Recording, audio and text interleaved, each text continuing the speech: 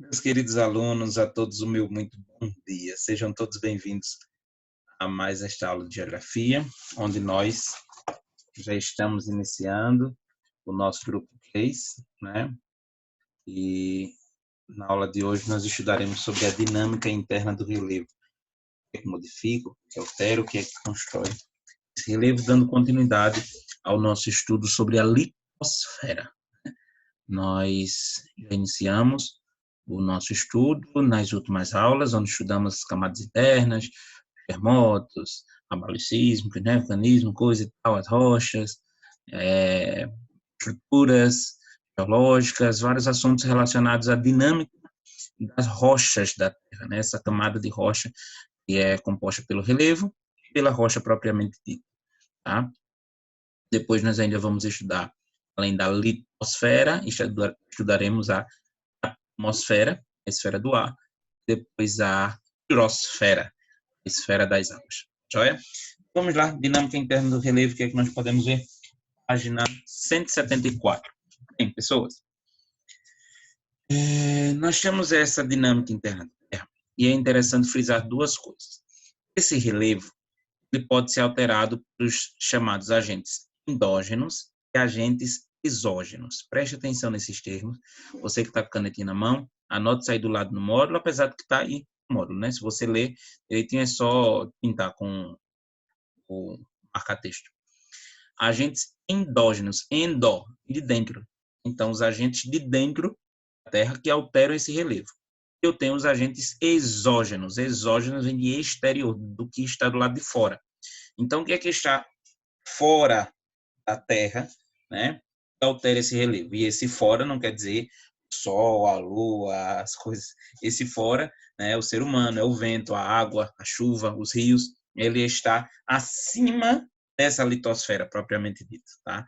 Creio que vocês compreendem isso aqui, tá? O ser humano não faz parte da Terra. Nós moramos no planeta Terra, mas não estamos intimamente ligados, né? O que é a Terra são as rochas, é a litosfera. Então, o que altera esse relevo por dentro, agentes endógenos. O que altera ele por fora, agentes exógenos. Tá joia? E nós já estudamos isso em tese, em parte. Hoje a gente vai dar só uma recapitulada, vendo propriamente como é que eles atuam, tá bom?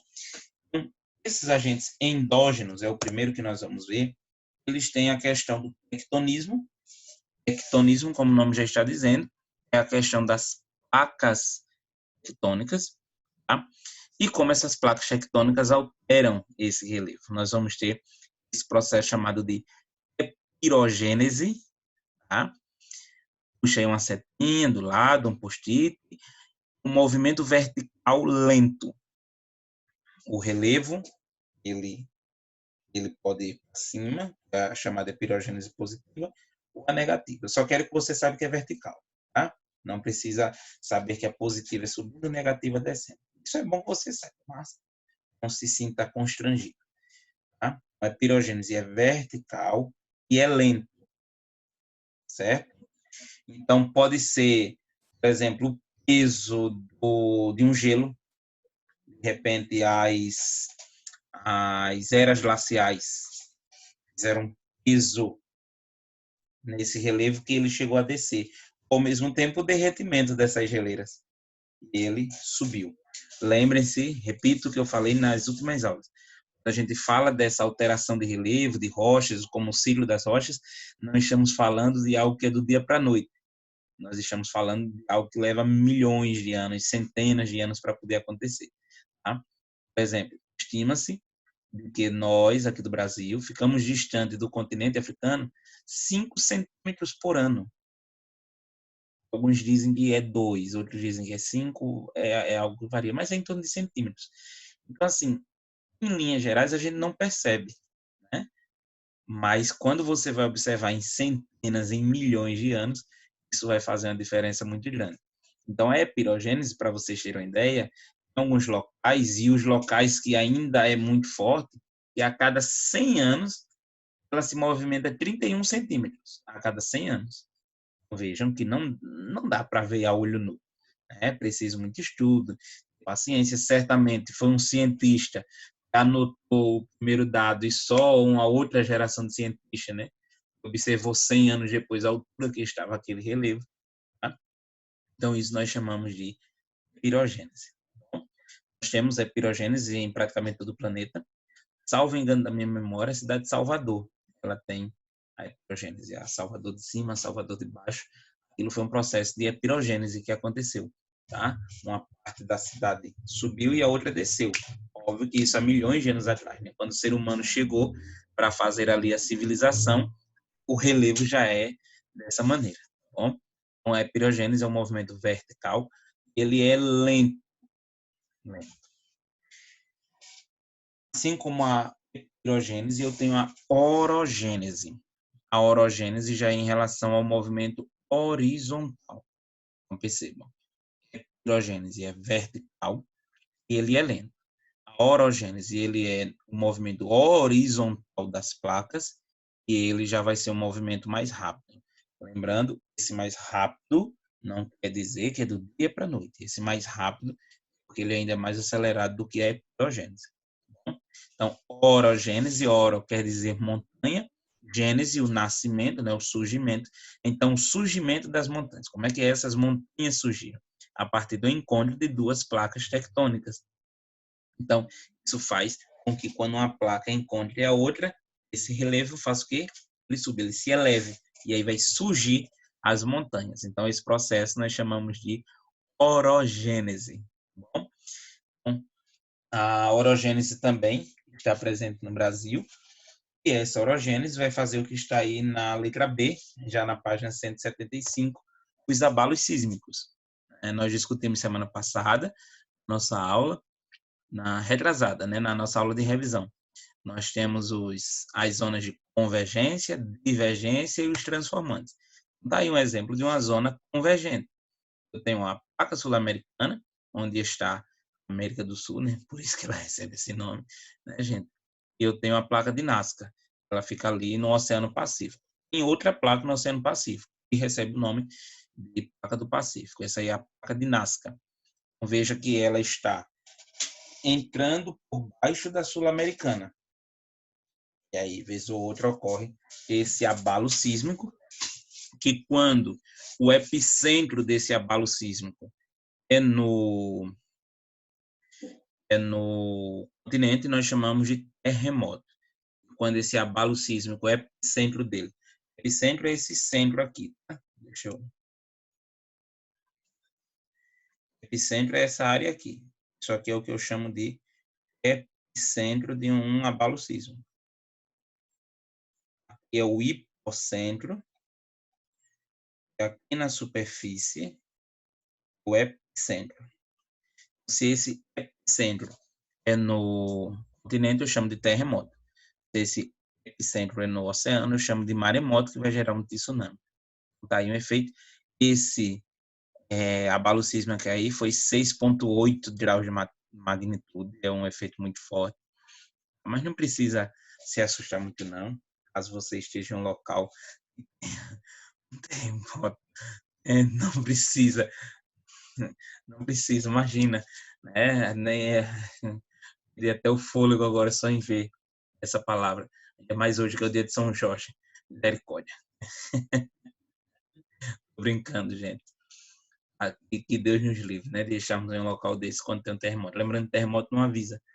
Terremoto não diz assim, eu vou daqui a 2 dias a terra vai tremer. Não. Terremotos ocorrem em todos os lugares e pode acontecer a qualquer momento. Tá bom? Então, abalo sísmico e a questão do tectonismo são os dois primeiros agentes endógenos. E além deles, nós temos o vulcanismo. Falei-me Jesus. Né? Esse vulcanismo nada mais é do que a ação dos vulcões. Deixa eu passar logo isso aqui, que eu não gosto de ver, não. Dá medo já, só em imaginar você estar perto de um negócio desse. Deus o livre guarda. Então, esse vulcanismo nada mais é do que quando o vulcão entra em erupção. E nós já discutimos isso também. Né? A pressão interna lá do magma da Terra vai forçando esse magma a sair quando ele rompe a camada de cima, né, que nós chamamos da cratera lá do vulcão, que ele rompe, sai, libera ali aquele magma, e quando ele solidifica, ele se torna uma rocha, que é a rocha magmática, né, também chamada de rocha ígnea. E esse vulcanismo também altera o relevo. É óbvio, esse magma aí, ó, quando ele... Deixa eu pegar aqui. Quando esse magma sair, vier para cá, for descendo, ele vai se solidificar. E no decorrer que ele for se solidificando, ele vai formando um novo relevo. É por isso que o tectonismo, o vulcanismo, ele é um agente dentro da Terra que altera esse relevo. Ele é um agente endógeno. Nos agentes exógenos, né, o segundo tópico, nós temos aí a dinâmica externa do relevo, os agentes exógenos. Nós vamos ter a questão do intemperismo. Esse intemperismo pode ser químico, físico, nós também temos o biológico. E no módulo aí não veio citando, não sei o porquê, mas deveria. Tá? Nós temos o físico, o químico e o biológico. O químico é quando você tem uma alteração do componente químico daquela rocha e aquilo a fragmenta. Gente, puxa a setinha, anota isso aí. O temperismo é a quebra da rocha. Acabou. O temperismo é a rocha se quebrar, se fragmentar, se virar os pozinhos. Eu vou usar essa expressão bem chula, bem rasa. E essa rocha vai ser levada para algum outro lugar. É o processo de transporte para sofrer, então, a sedimentação em outro lugar, que nós chamamos isso de diagênese, tá? Que é o ciclo da rocha. Então, eu tenho a magmática, que foi formada aqui. Deixa eu pegar o momento certo. Aqui. Então, eu tenho aqui, ó, formou uma rocha magmática, quando ela se solidificou. Isso, lembrando, há milhões de anos atrás, apesar que o vulcanismo ainda atua hoje, né? Então, quando essa rocha vai sendo quebrada por uma alteração da química daquela rocha ali, eu chamo isso de intemperismo químico. Quando ela é quebrada por uma ação física, a gravidade, a questão do vento, a solidificação da água, né? Você sabe que a água ela ganha densidade, ela pode quebrar. Isso é um intemperismo físico. E eu também tenho um intemperismo biológico. A raiz de uma árvore que ela penetra a rocha e quebra ela. Então, os fungos, as microbactérias, as coisas, também quebrar a rocha, decompondo um ser que está ali. Tá? Então, nós chamamos isso de intemperismo biológico. Então, eu tenho intemperismo químico, físico e biológico.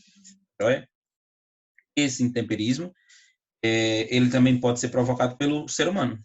E aí nós vemos os agentes desse intemperismo. O ser humano é um dos agentes, hoje, um dos agentes principais, né, com o avanço das técnicas da ciência, da construção civil, alterando esse relevo. Eu tenho água, né, quando chove, encharca aquele relevo ali, faz esse processo de temperismo, que nós também chamamos de erosão ou de vossoroca. Né?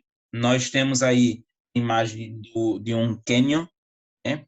Esse rio, gente, ele estava aqui, ó, bem na superfície. No decorrer que essa água vai rolando, ela vai levando sedimentos que ela está sobre a rocha. Então, isso vai afundando, afundando até ficar assim.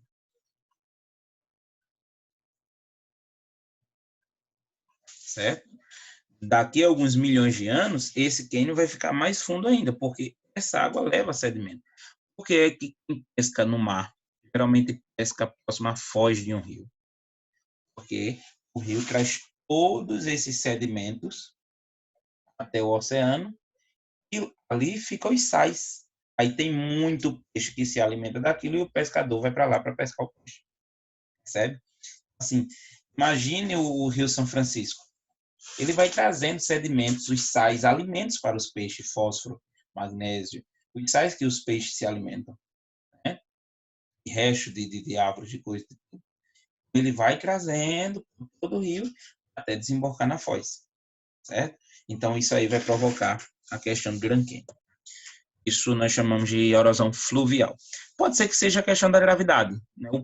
Às vezes você tem uma montanha muito íngreme e o peso dela mesma ali faz com que ela ceda E ainda em relação à água, eu posso ter a chamada erosão marinha, né? Inclusive aí a praia de Carro Quebrado, quem nunca foi, procure ir, é uma praia que fica ali na cidade de Barra Santo Antônio, lindíssima, por sinal. Eu tenho a questão do gelo, é o B2 aí, já na página 168, tá? Repito o exemplo que eu citei no slide anterior, a água entra aqui, ó, e quando ela se congela, você sabe que ela tende a se expandir. Todo mundo, infeliz, já deve ter tido a triste experiência de perder uma garrafa no congelador, né?